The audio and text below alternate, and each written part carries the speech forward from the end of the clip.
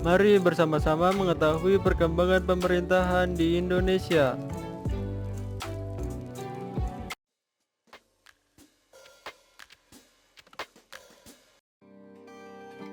Pada tanggal 6 Agustus dan 9 Agustus 1945, Amerika Serikat meluncurkan serangan bom atom pada kota Hiroshima dan Nagasaki di negara Jepang. Karenanya Jepang menyerah tanpa syarat kepada sekutu pada tanggal 14 Agustus 1945. Dan Soekarno pun membacakan proklamasi pada tanggal 17 Agustus 1945.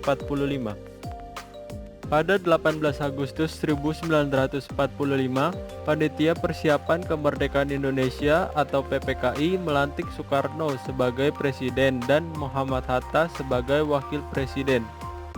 Kemudian dibentuk Komite Nasional Indonesia Pusat atau KNIP sebagai parlemen sementara hingga pemilu dapat dilaksanakan, dan kelompok ini juga mendeklarasikan pemerintahan baru pada 31 Agustus dan menghendaki Republik Indonesia yang terdiri dari 8 provinsi, yaitu Sumatera, Kalimantan,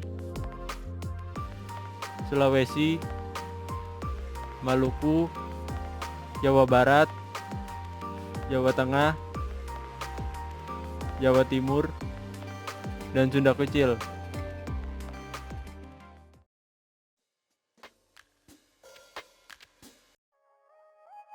Pada era demokrasi parlementer, Indonesia mengadopsi undang-undang baru yang terdiri dari sistem parlemen, yang dimana Dewan Eksekutifnya dipilih oleh dan bertanggung jawab kepada Parlemen atau MPR.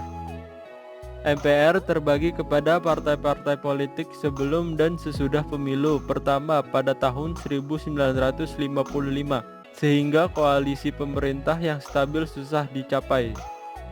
Demokrasi parlementer adalah suatu demokrasi yang menempatkan kedudukan badan legislatif lebih tinggi daripada badan eksekutif. Kemudian kepala pemerintahan dipimpin oleh seorang perdana menteri, dan menteri-menteri dalam kabinet diangkat dan diberhentikan oleh parlemen. Dalam demokrasi parlementer, presiden menjabat sebagai kepala negara.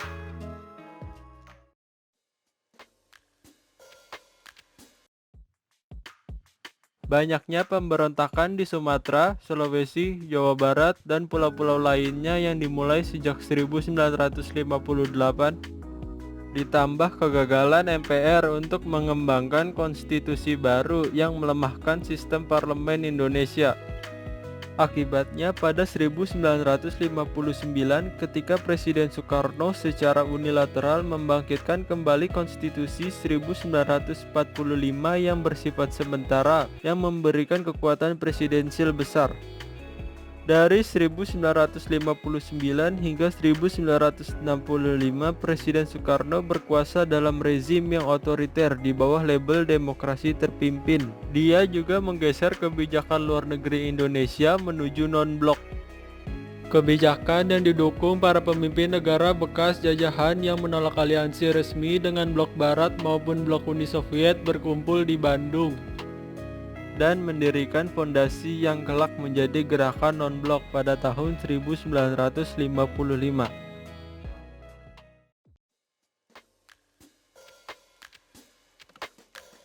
Mari bersama-sama mengetahui perkembangan pemerintahan di Indonesia. Setelah Soeharto menjadi presiden, salah satu hal pertama yang dilakukannya adalah mendaftarkan Indonesia menjadi anggota PBB lagi pada tanggal 28 September 1966.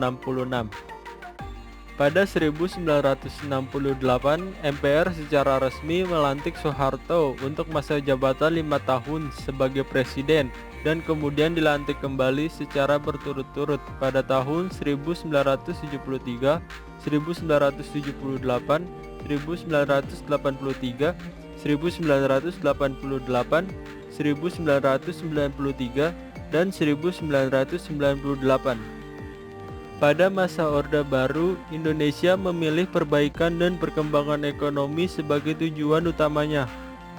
Selama masa pemerintahan Soeharto, kebijakan-kebijakan ini dan pengeksploitan sumber daya alam secara besar-besaran menghasilkan pertumbuhan ekonomi yang besar namun tidak merata di Indonesia, yang mengakibatkan krisis keuangan dan ekonomi Asia pada pertengahan 1997 dan diakhiri dengan pengunduran diri Soeharto yang diminta para pemuda Indonesia pada 21 Mei 1998.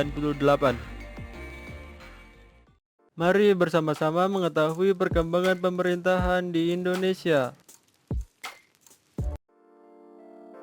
Setelah berhentinya Soeharto dari jabatan presiden, Indonesia mulai melakukan perbaikan di berbagai bidang, termasuk politik. Juga masyarakat Indonesia sepakat untuk kembali menerapkan demokrasi pada sistem politik yang ada. Tujuannya agar terwujudnya kebebasan yang selanjutnya akan menciptakan kedaulatan rakyat.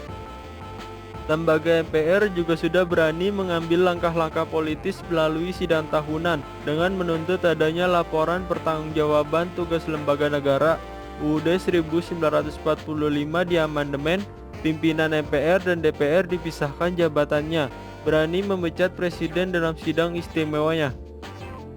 Dan di masa ini sudah berlangsung pemilihan umum seperti di tahun 1999, 2004, 2009, 2014. Pemilihan presiden mulai dilakukan secara langsung pada tahun 2004, sedangkan pemilihan kepala daerah dimulai pada tahun 2005.